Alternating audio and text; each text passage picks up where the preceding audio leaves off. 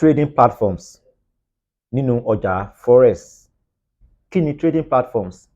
Trading platforms ó jẹ́ gẹ́gẹ́ bí irinṣẹ́ tàbí àwọn irinṣẹ́ tí a máa ń lò láti ṣe rírà tàbí títà nínú ọjà Forex. Gbogbo wa la mọ̀ wípé àwọn oníṣẹ́ ọwọ́ wọ́n ní irinṣẹ́ tí wọ́n máa ń lò láti ṣe iṣẹ́ ọwọ́ wọn. Bẹ́ẹ̀ náà ni àwa tá fẹ́ máa ṣe rírà títà nínú ọjà Forex. A nílò àwọn irinṣẹ́ kan. Lára àwọn irinṣẹ́ wọ̀nyí ni à ń pè ní trading platforms.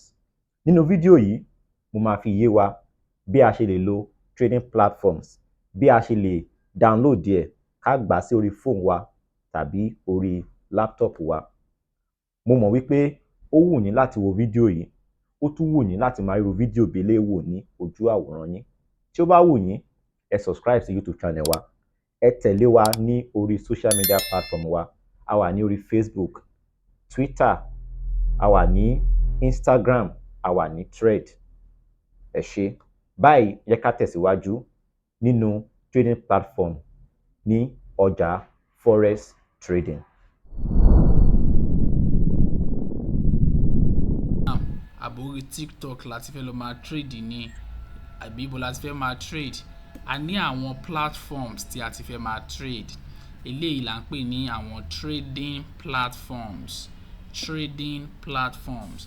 Ó dàbí ìgbà tí a bá register pẹ̀lú bank. Tá wá ní fóònù dání, a fẹ́ máa send owó jáde, a fẹ́ máa gbowó wọlé.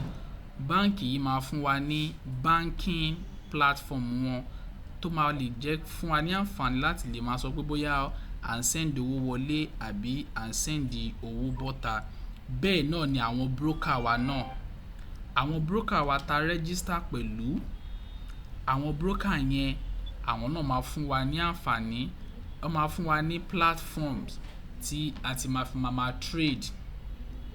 Sharon. Broker máa fún wa ní platform èyí tí a ti máa trade. So àwọn broker yìí, àwọn míì wà tí wọ́n máa ń lo platform tá à ń pè ní meta trader. Wọ́n wà ní meta trader. Meta trader.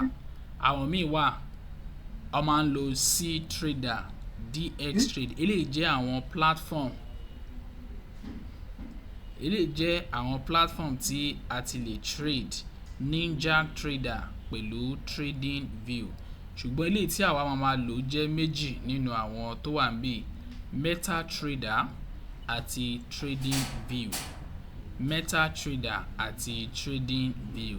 So ní kíláàsì wa tó bá ń bọ̀, mo fẹ́ ká ti download lẹ̀ ká lọ sí orí Play Store wa, ìyẹn fún àwa tí a bá ń lo Android, tàbí ká lọ sí orí Apple Store wa, ìyẹn fún àwa tí a bá ń lo iPhone, láti tẹ meta trader.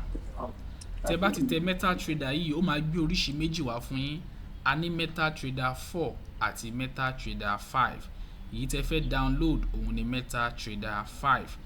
Tí ẹ bá fẹ́ wò kó má yẹ kó bí ẹ máa lọ download game àbí bèbí kan lè máa lọ download. Àwòrán bí meta trader ṣe rí òun ni eléyìí ní àárín yìí tó dàbí èèyàn mẹ́ta tí ó dira wọn mú yìí, òun ni ti meta trader. Ẹ nílò láti download trading view náà. Trading view, ẹ download méjèèjì sílẹ̀ torí ẹ̀kọ́ wa tá bá fẹ́ máa tẹ̀síwájú ńsìn a máa nílò ẹ̀, tó dì máa fún wa ní assignment, ìyẹn iṣẹ́ àmúrelé tó jẹ́ pé a máa send ẹ̀ sí wa ní orí Telegram. A lè máa yẹ̀ wò láti lè máa bá wa wò ó pé ṣé a gba iṣẹ́ tí a gbé fún wa àbí a ò gbà. A máa lè mọ àlàyé tá máa tún ṣe lórí ẹ̀ láti lè jẹ́ wípé ẹ ti understand nǹkan tí a bá ń sọ fún yín. So eléyìí tí cursor mi wà lórí ẹ̀ yìí òun ni àwòrán meta trader. So ẹ fẹ́ download 5 meta trader 5. Eléyìí trading view bí àwòrán ìṣe ilé máa dàbí TV, òun ni ti trading view. Méjì yìí ni a fẹ́ download. Mo nígbàgbọ́ pé ẹ ti ní ìmọ̀ ìjìnlẹ̀ ohun tí trading platform jẹ́ nínú ọjà Forex. Ẹ ti lè lò fún ẹ̀yin tí ẹ tí ní àwọn platform tí a sọ̀rọ̀ nípa ẹ̀. Ẹ wo ìsàlẹ̀ fídíò yìí láti lè download àwọn software wọ̀nyẹn, torí àwọn software wọ̀nyí tàbí àwọn irinṣẹ́ wọ̀nyí ni a máa lò láti lè ṣe rírà títà nínú ọjà Forex. A tún máa tẹ̀síwájú nínú kíláàsì tí ó ń bọ̀ lọ́nà tó dá lé lórí trading broker. Broker iléeṣẹ́, àwọn iléeṣẹ́ wọ̀nyí ló máa ràn wá lọ́wọ́ láti lè máa ṣe rírà títà ní orí trading platform tí a sọ̀rọ̀ nípa ẹ̀ ní fídíò tí ó parí yìí. Tí ó bá wù yín láti máa ro fídíò bí eléyìí wò, ẹ tẹ̀lé wa ní orí YouTube, ẹ subscribe, ẹ tẹ̀lé social media platforms wa, Facebook, Instagram, Thread, Twitter, a wà níbẹ̀. Fún ẹ̀yin náà tó wù yín láti darapọ̀ mọ́ iléèwé wa, a wà ní nọ́mbà 64 Mọ́kọ́lá ní ìlú Ìbàdàn. Fún ẹ̀yin tẹ́ ẹ̀ sí ní ìlú Ìbàdàn tàbí orílẹ̀-èdè Nàìjíríà, ẹ lè darapọ̀ mọ́ wa ní orí online class wa. Ó rọrùn láti gbẹ̀kọ́, láti kọ́ bí a ṣe ń ṣe forex trading ní orí online class wa. Ẹ máa gbọ́ mi yéké, màá máa gbọ́ yín, ẹ máa rí mi ní ojú àwòrán yín, ìyẹn kámẹ́rà fóònù yín tàbí láptọ̀pù yín, èmi náà máa wò yín náà. It's an online video conference class. Tí a bá tó parí class yẹn, ẹ tún máa ní oore ọ̀fẹ́ láti gba copy class yẹn. Ìyẹn túmọ̀ sí pé a máa record class yẹn. Ẹ tún lè gbé class yẹn yẹ̀ wò ní àsìkò tí ó bá wù yín.